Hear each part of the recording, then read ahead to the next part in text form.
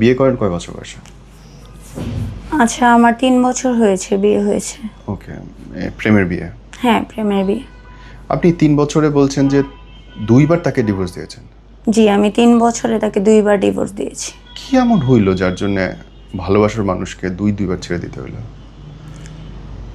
আচ্ছা, আমি স্টার্টিংয়ে যদি বলি, তার সাথে আমার 2018 সালে পরিচয় ইনস্টাগ্রামে।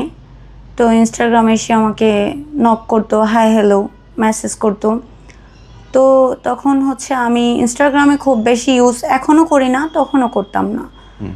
তো সে হাই হ্যালো দিলে আমিও হাই হ্যালো দিতাম।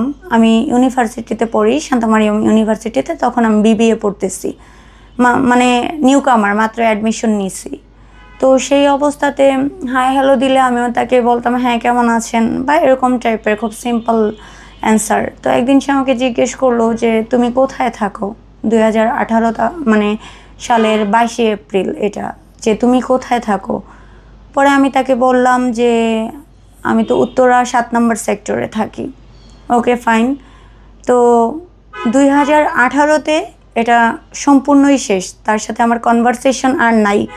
18-র পরে 19, 20, 21 চলে আসছে।